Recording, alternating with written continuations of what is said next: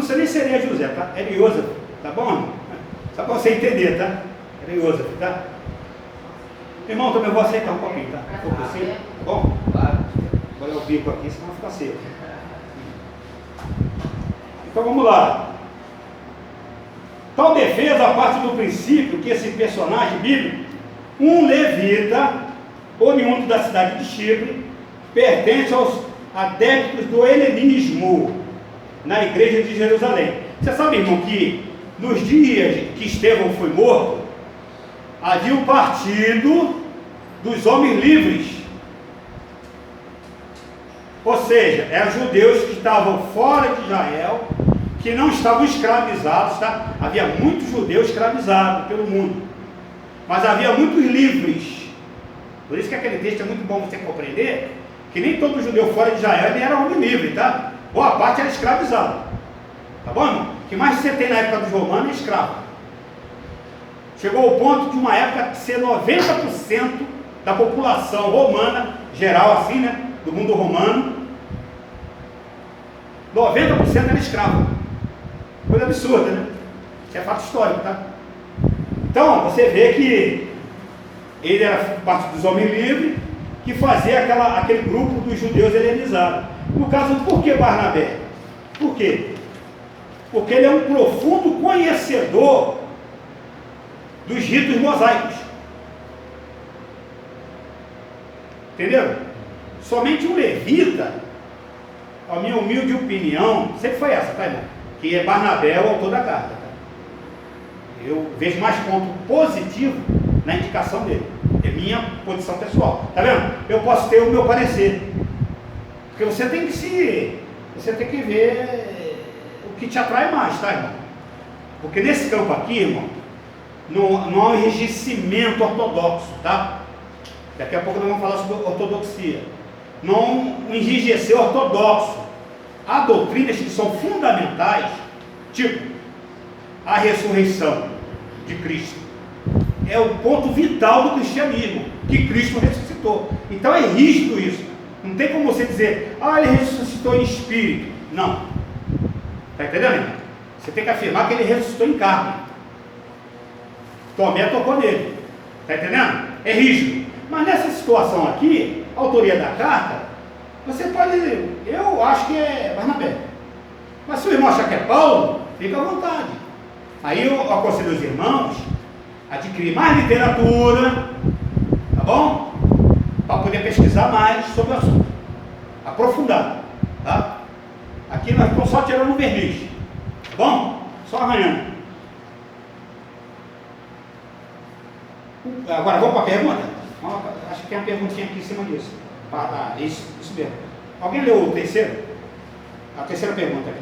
O posicionamento que defende a autoria da Epístola de Hebreus como sendo de Barnabé, cujo nome filho da exortação, parte do princípio de que este personagem bíblico era um levita oriundo da cidade de Chipre, pertencente aos adeptos do helenismo na igreja de Jerusalém e amigo do apóstolo Paulo, e seria, em virtude do seu profundo conhecimento sobre os ritos do templo, o autor do texto.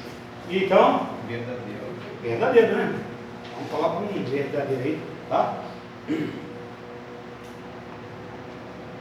Agora o quarto e último posicionamento.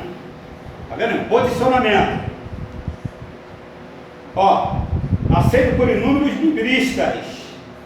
Defende que a epístola foi escrita por Priscila, a esposa de Áquila.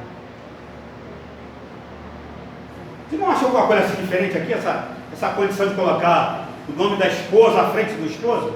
Você não acha assim contrário, não? Com as normas de hoje? Hoje não muito, né? Antigamente, se você apresentasse a esposa na frente do esposo, dava um problema sério, tá? Mas aqui a apresentação está em torno da mulher, né? Priscila e Áquila. Né? Porque se dá a ela a maior atividade, né, irmão? Dentro da igreja, né? Bom? Isso aqui é uma daquelas mulheres que mais brilha, né, no Novo Testamento, em Atos dos Apóstolos e nas cartas de Paulo. Ambos amigos do apóstolo Paulo. De acordo com essa teoria, ela teria sido habilitada pelo apóstolo para a redação da epístola, onde eu falei para os irmãos se há alguém que escreve bem e erra menos, era a pessoa mais indicada para se escrever qualquer coisa. Então, por quê? O material para se escrever era muito caro. Então, para não se errar, primeiro essa pessoa ela fazia, né, um ensaio, né? Em areia, na terra, tá bom? Pedaço de carvão, escreve qualquer coisa para depois passar para o papel. O pergaminho que era muito caro, ou o papiro que era muito caro, o papel da época. Ou o pergaminho que era o couro, tá bom? Mas era tudo muito caro, então não podia errar. Agora, segundo os libristas, ela era esse tipo de mulher, tá? Era uma escritora da época, tá bom? Agora, irmão, tem ponto nessa teoria em relação à condição da mulher, né? Aquele preconceito, né? Porque na época era quase um patriarcado, onde a mulher não tem vez, tá? Era algo fálico. O que é fálico? Coisa de homem, tá entendendo? Fálico do falo, órgão masculino. Então, era tudo muito fálico, tudo em torno do homem. Agora, entre os gregos havia essa abertura, tá? Da mulher ela ter essa possibilidade de igualdade, essa igualdade do sexo, tá bom? Isso é a coisa normal entre os gregos. E no caso aqui, judeus helenizados, tá bom? Já entre os hebreus, irmão, sempre foi a mulher muito respeitada, tá? Vocês têm que ver o carinho que um hebreu dá à sua esposa, tá entendendo? Dá à sua esposa. Por exemplo, que hoje em dia, não sei se eu ia falar, mas às sexta-feira tem um kiddush, uma refeição na casa de judeu. Então você faz uma oração e pede as bênçãos de Deus sobre o lar, que é Abrahá. Quem ora é a mulher. Quem acende as velas do Shabbat na sexta-feira é a mulher. Porque a mulher ela tem todo esse poder, sabe, do lar. Tá bom? Ainda hoje respeitado. Isso é desde aquela época. Entre os gregos e entre os hebreus, a mulher ela tinha muita projeção. Embora você vai ver na Bíblia que a mulher esteja calada. Era questão de etiqueta, tá? A mulher ela não perguntava nada. Tá bom? Porque a mulher também é hebreia e sabia o seu lugar, o seu papel. Tá? Bem diferente de hoje em dia. Se deixar, a mulher quer mandar mais do que o homem. Tá bom? É muita coisa contrária ao natural das escrituras. Por exemplo, aqueles que apoiam até o pastorado feminino. Tá bom? Aí é uma questão que eu não vou entrar a abordar, mas são coisas assim que, se você ver biblicamente, não é isso não. Tem até um respaldo assim para a diaconisa. Mas isso é uma discussão futura aí para a matéria. Não vou adiantar as irmãs com esse assunto não. Irmão é machista. Isso não. Pelo contrário aqui, estou engrandecendo a pessoa de Priscila aqui. Vamos com essa pergunta agora? Vamos adiantar, né? Senão a hora vai embora. O quarto. Alguém lê para mim? Lê para mim, pai. Pode ler você.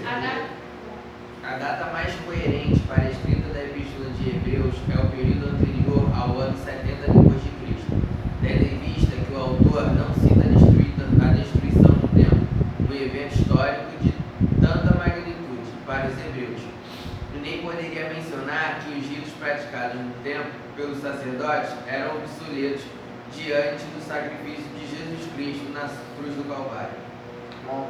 Essa pergunta ela pulou essa parte, tá, irmão? É da data, tá? É da data, tá bom. Então vou só fechar aquela passagem aqui, anterior, com origens, né? Desculpa, li o 4, mas não tem nada a ver, tem a ver com a data da epístola. Mas vamos só falar sobre origens. O irmão já ouviu falar dele? Ó, irmão, tem um livro que você comprar na CPAD, que é a História da Teologia Cristã. Eu digo para os irmãos comprar, tá? Eu vou trazer na próxima aula, para os irmãos dar uma olhada na capa do livro, para vocês não errar. Então ele vai falar muito sobre esses pais da igreja, tá? Orígenes, Inácio, tá vendo? Irineu, tá bom? Tertuliano, vai falar sobre todos eles, Agostinho, Agostinho de Hipona. Então, essas pessoas, irmão, eles são as vozes das interpretações do Novo Testamento. Tá bom? Então, pulando aqui para a data, né? A respeito dessa pergunta que foi feita, o irmão leu. É verdadeiro ou falso? Os irmãos já leram, né? É coerente, irmão? Tá falso, né? Não, é verdadeiro. Segunda leitura é verdadeiro. Deixa eu olhar aqui parar. Olha só, todas as indicações são assim, ó, 55. Olha lá. Período anterior a 55. 63. Ó, período anterior a 63. Só tem uma tendência após os anos 70. Tá bom? Mas aí tem um detalhe, a destruição do templo não é mencionada. Então, qualquer hebreu, se o questionamento é sobre os ritos mosaicos, o templo tivesse sido destruído, não tinha nem essa questão para se debater, porque não tem mais templo. Olha, irmão, o que levou o judeu a não praticar mais o ritual de sacrifício foi o fim do templo. Está entendendo, irmão? Sendo que até hoje tem judeu que faz certos tipos de sacrifício. No Yom Kippur, que é o dia do perdão, ainda se degola a galinha, tá? São alguns rituais ligados ao dia do perdão, tá? Então, isso aí, quando uma outra matéria que alguém vai falar sobre isso, a gente aborda melhor, tá? Há grupos que estão tentando reedificar o templo, novamente, de Salomão. A disputa sobre o domo da rocha. Isso pode até fomentar uma futura guerra mundial. Tá bom, irmão? Porque há grupos que querem reedificar o templo, aonde está o quê? Aquele memorial islâmico, lá no domo da rocha. Tá bom?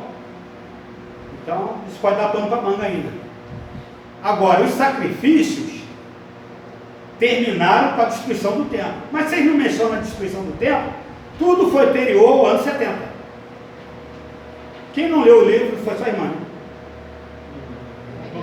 Só você. Todo mundo já deu ali diante, né? Não, hoje receberam o livro. Hoje, né? Então tá bom. Então, irmão, olha só. Se eu for ler tudo com você, vai ficar meio estreito aqui, tá o tempo. Já são. Depois a gente lê. Então, vocês vão fazer a leitura da carta em casa. Pega o esboço da Bíblia, o esboço da Bíblia, tá? Para acompanhar assunto por assunto. Depois você vai fazer a leitura novamente deste capítulo. Tá bom? Essas partes que eu estou falando com vocês agora, se vocês puderem frisar, você frisa aí numa caneta aí, dessa de colorida, né? É um marca-texto, para poder saber o que eu estou falando. Depois você voltar aqui e ir lá de novo no questionário, tá bom, irmão? Para fixar na mente o assunto.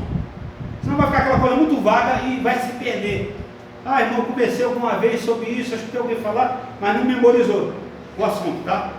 Então você tem que memorizar. Então a autoria da carta, verdadeiramente, ela é anterior aos anos 70. Só tem uma tese aqui que foi antes ou depois do ano 70. Tá bom? Após a destruição do templo. Também o irmão aqui que está falando sobre introdução, né? Ele vai falar desse período na história, sobre Tito, Vespasiano, né? Vai falar sobre todos esses personagens históricos aí. Vamos passar aqui o 1.3. Tópico 1, subtópico 3, tá, irmão? Isso aqui a gente lê, tá? Tem um tópico e tem um subtópico, tá bom? Os destinatários e local da escrita da epístola. As referências aos profetas e as descrições dos rituais levíticos apontam como destinatário da epístola a comunidade dos judeus cristãos, também chamados judeus helenizados. Tá bom? No entanto, alguns estudiosos ainda dizem que há vestígio de que esse texto possa ter sido destinado a um partido político. Há alguém que vai defender, irmão? Sendo que seria um partido político. Quais eram os partidos da época? Os fariseus, saduceus, essênios e zelotes. Isso aí. Tinha os herodianos também, né? Faltou um. Né? Então, na época havia vários grupos pessoal indica mais geralmente os essênios, tá bom? Porque essa sociedade Qumran, ela era bem afastada, né? Aqui no livro vai falar que eles saíram ali da Judéia, da capital, né? E vão viver junto ao Rio Jordão, tá bom? Alguns estavam voltando do Egito, muitos estavam até querendo voltar da dispersão, mas não para Jerusalém, onde eles achavam que estava imposto um falso sacerdócio, que era indicação dos romanos, os cargos, tá?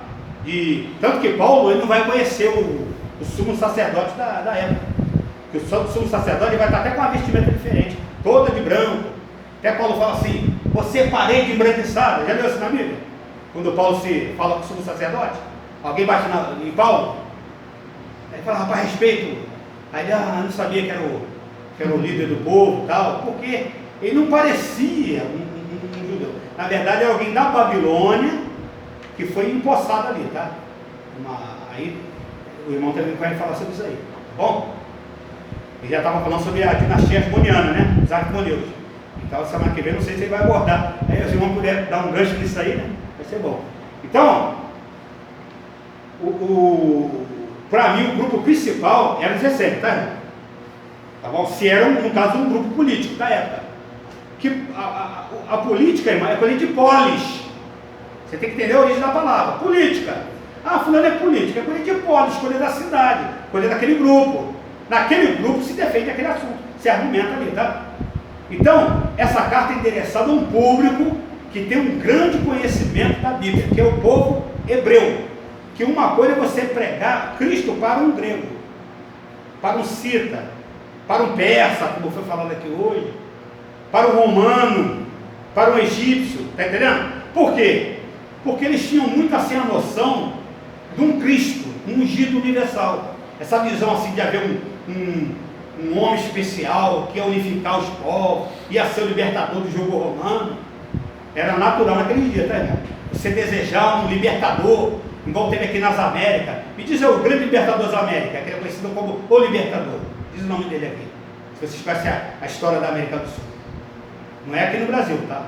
Da América Latina em si. Que é o grande libertador. Tá vendo? Não, a maioria não sabe, não, história, cara, a gente não fala história. Da história. Aí, tá vendo? Pouca gente sabe. Simão Bolívar. Tá entendendo, irmão?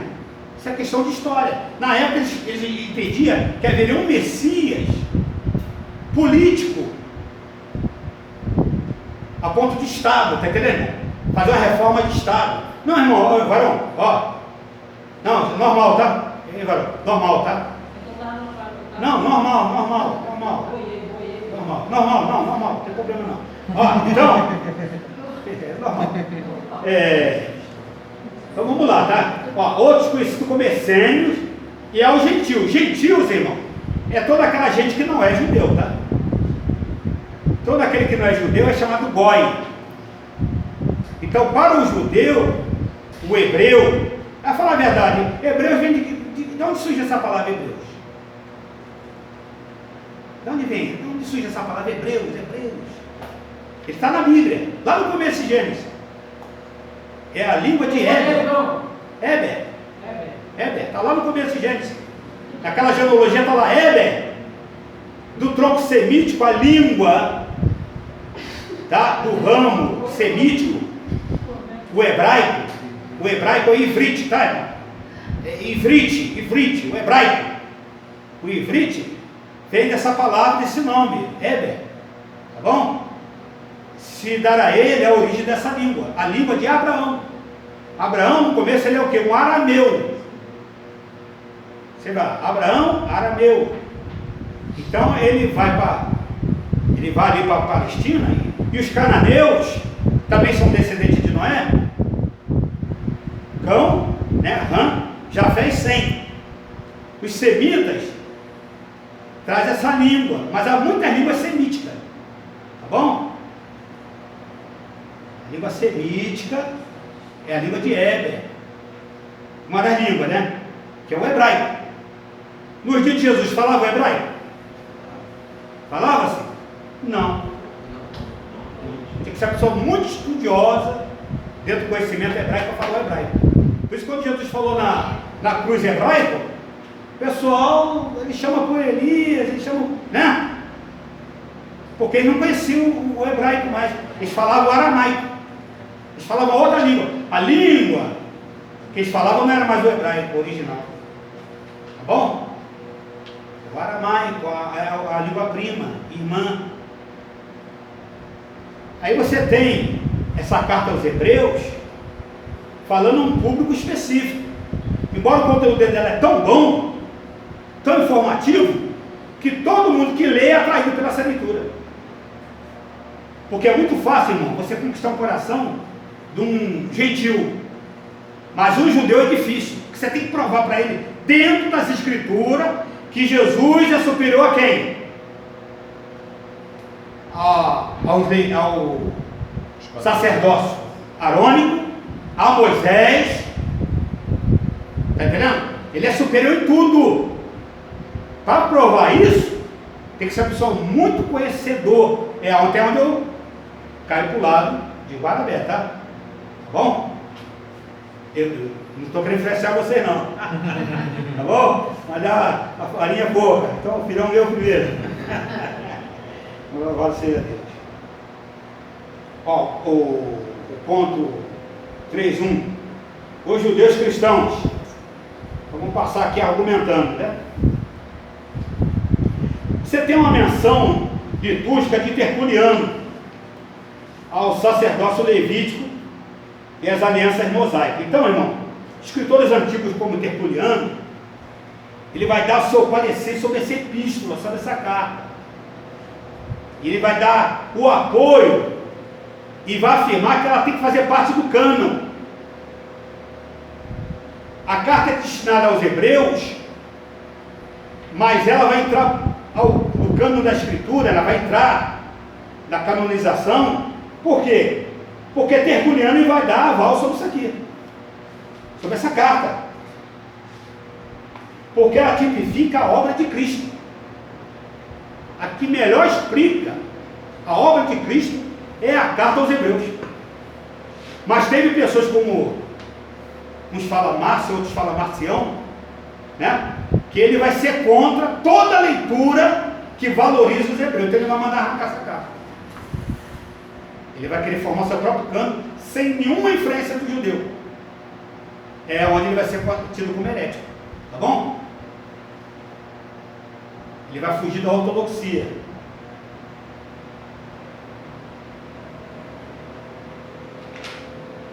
Uma obra, página 22, vocês vão ler com calma, tá? É muito assunto. Não vai dar tempo não, é uma hora ainda de resto. Ó, em cima aqui, ó, na página 22, o parágrafo começa na 21, tá? Eu vou ler lá na 21, mas você me acompanha na 22.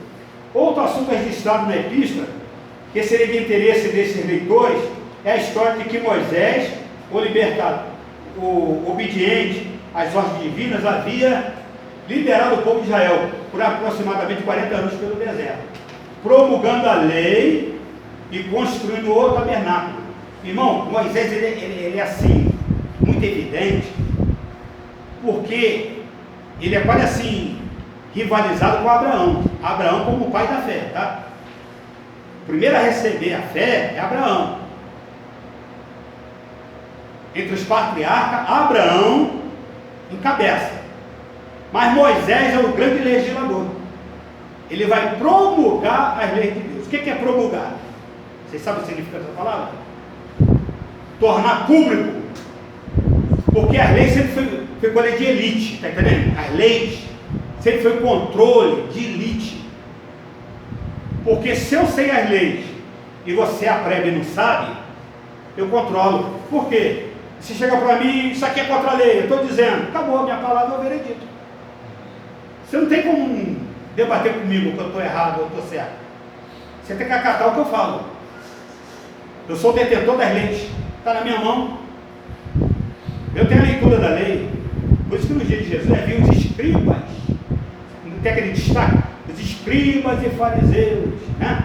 É quem tinha o poder de leitura, de ler o hebraico, não o aramaico. mas interpretar a lei dentro do hebraico, né? Por exemplo, você vai ouvir falar dos Targums. Já ouviu falar dos Targums? Porque nessa mudança do hebraico original para o aramaico, eles precisavam interpretar os textos bíblicos. Então tinha os Targums era justamente essa tradução e explicação dos textos da Mishnah, né? A interpretação da lei. A interpretação da lei. Então, Moisés é o grande promulgador da lei. Ele tornou aquilo tudo público. Ouve, Israel! Já ouviu falar de Shema? Êxodo capítulo 6, né? 16? Depois eu vou me lembrar. Ouve, Israel, o seu teu Deus, seu único Deus. É o Shema.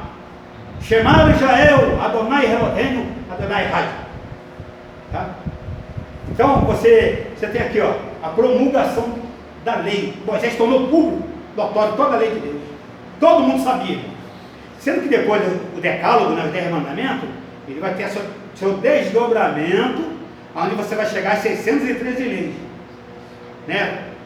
Leis positivas e negativas. Já foi tema de estudo de escola dominical, da CPAD. Tá? Isso eu acho que tem uns 4 ou 6 trimestres atrás. De 4 a 6. Tá bom? Nós falamos sobre essas leis positivas e negativas. Você é aluno de escola dominical? Assíduo? Todo domingo ali? É fidem mesmo? Demais. Ô, brother, tá bom. Tá bom.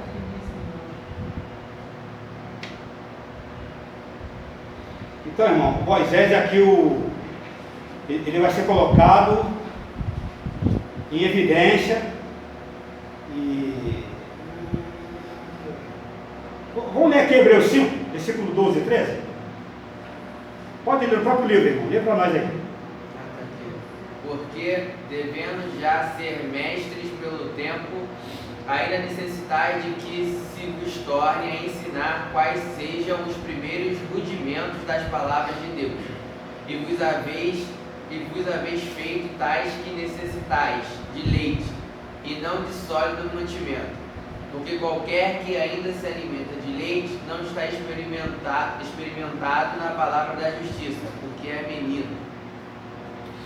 Então, irmão, no capítulo 5, vai chamar a atenção desses judeus que estão voltando aos rudimentos da doutrina de Cristo.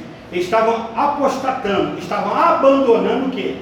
Estavam abandonando o caminho, que não era conhecido ainda como cristianismo, tá? Ele era conhecido como o caminho. Estavam deixando o caminho e retornando os ritos mosaicos. Estavam voltando ao templo, porque se Cristo, ele morreu como o único e perfeito sacrifício, por que eu vou de volta ao templo oferecer oferta pelo meu pecado? Oferta pela culpa? Por quê? Se eu tenho como Cristo como meu suficiente Salvador? Porque estavam voltando aos rudimentos da doutrina. A carta para os hebreus, que estão voltando, se afastando do caminho ensinado por Cristo, por Jesus e pelos apóstolos. O primeiro século, irmão, no finalzinho dele é marcado quase que um abandono da fé. Houve uma grande diminuição do número de membros de igreja na época, por causa da perseguição, o status que você não tinha. Você vai ler aqui no livro que eles queriam manter o status do ritualismo. Há status na nossa igreja hoje em dia? Tem, irmão, status? Existe um status quo dentro da igreja? Sim ou não? Sim, irmão, tem sim. É o status. Por exemplo, a esposa do pastor, o presbítero, né? Então aquele enaltecimento em relação ao cargo, uma posição ministerial, ou quem tem mais dinheiro. Por exemplo, você vai ver muito isso dentro da igreja, irmão. Não é verdade? A pessoa chega bem vestida, ele é bem tratado. Chega mal vestido, é maltratado. Acepção de pessoas. Escolha. de quem vai falar, quem não vai falar, quem vai cantar, quem não vai cantar, quem vai fazer leitura, devocional. Então, há acepções. É claro, irmão, que eu defendo que tem que ter uma ordem no culto, tá? O culto, ele tem que ser cultico mesmo. Ele tem que ter norma. Tá bom? Ele não pode ser uma coisa assim louca, né? Uma coisa assim sem pé, sem cabeça. Tem que ter ordem no culto. Tá bom? Agora voltando ao assunto aqui, tá, irmão? Senão a gente acaba entrando por outros assuntos. Olha só, no finalzinho da página, Guthrie é citado de novo esse livro, tá, irmão? Por isso que eu falei para os irmãos, se puder comprar esse livro, tá? Se achar ainda ele em edição, vocês compram, tá? Compre sim.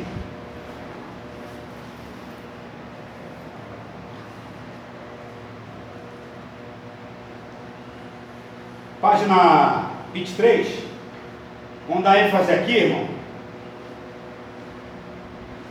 Se for o caso do grupo dos essênios, tá bom? O grupo dos essênios. O grupo dos essênios, irmão, ele esperava distintos messias. Um Messias bem Davi. Já ouviram falar disso? Um Messias guerreiro. Jesus é o Messias guerreiro. Ele morre no vitupério, na humilhação. Como é que Jesus ele podia ser enquadrado como um Messias guerreiro?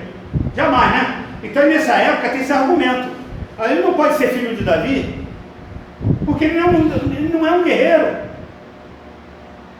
Embora ele teve essa possibilidade, tá? Você vê a decisão dele em Mateus 4. Satã oferece a ele essa possibilidade. Ganhar o mundo através do poder. Tudo te darei se me servindo, me adorares. O príncipe desse mundo, né? Ele ofereceu essa possibilidade a Jesus. Mas Jesus preferiu uma outra versão de Messias. O Cordeiro que tira o pecado do mundo. Então você vê aqui, ó. Você tem Jesus, bem Davi, tá? E o outro seria bem Levi. Bem Levi. Ou seja, um Messias levita. Agora, nesse termo aqui, irmão, o autor fala de bem Levi, tá? Você vai achar escritor e não falando bem Levi. Vai falar bem Iosef. Por isso que eu falei naquela hora o nome de José. O Machias bem Iosef. Bem é filho, tá? O Messias, filho de José, ao invés de Levi, tá bom? José não é Levi. Levi é um dos 12 filhos de Jacó, Israel, tá? Israel. Por que Israel? Porque no final o nome de Deus é separado. Você jamais ia falar Israel, tá? Ligado, Israel, tá bom? Porque o nome de Deus tem que estar em destaque no final da palavra. Então, Iosef, né? José, foi feita a profecia aos filhos dele. Sabe aquela hora que Jacó está bem cego na cama? Aí José, não, pai, isso aqui está trocando os meninos, né? Já viram na benção ali? Houve uma benção sobre Efraim, superior a Manassés. Há uma benção especial para ele. Então eles se baseavam que esse filho de José seria o cumpridor das promessas. Aqui no livro falou bem Levi, tá? Que estava dentro do ponto de vista dos levitas. Ele seria treinado dentro da casa dos levitas. Ele ia ser um profundo conhecedor das leis. Tanto que mais tarde, você vai ouvir falar de uma fortaleza chamada Massada. Já ouviu falar? Massada, a última fortaleza dos judeus. Vai ser a última resistência. E esse grupo essênio vai estar ligado a essa última resistência, tá? Os romanos vão perseguir e matar os essênios, porque eles também vão se revoltar contra Roma e vão tentar mesmo. Se você ler os escritos do primeiro e segundo século, né, do final do primeiro século e o início do segundo século, vai ter muito sítio escrito sobre a guerra entre a luz e as trevas. Vai ter muito tipo de escrito, tá bom? Escritos chamados apocalípticos, escritos de revelação. E vai fomentar e vai levar essa última batalha, que é a batalha de Massada, tá bom? Aí, se vocês gostam de história, tem até filme sobre o tema, tá? Você pode assistir o filme Massada. Eles preferem o suicídio coletivo do que se entregar na mão dos romanos. Tanto que eles morrem com comida lá em cima ainda. Eles ainda tinham viveres para muitos dias e água, mas preferiram se matar porque o romano estava chegando já, alcançando eles nessa fortaleza, e eles praticaram uma coisa chamada Kadosh Hashem, santificação do nome de Deus. É muito desconhecido no meio dos evangélicos. O evangélico é muito ignorante sobre certos temas, tá? Há temas que o evangélico é ignorante, tá bom? Porque ele conhece muito pouco história, ele não investiga, e é justamente isso que o irmão está fazendo aqui, investigando, tá? Então esse grupo aqui, eles dificilmente achariam que Jesus seria esse Messias. Então eles estavam influenciando os judeus cristãos da época, né, o judeu messiânico, a abandonar o caminho. Então estão desertando das suas fileiras, tá? Estão apostatando da fé. Então a carta, ela vai dizer a superioridade do sacerdócio de Cristo, superior a Moisés, também superior a Davi, tá, irmão? Desse ponto de vista messiânico, tá? De um guerreiro. Eu estou abordando esse aspecto porque o livro não vem trazendo, tá? Só para complementar, tá bom? Em relação aos gentios,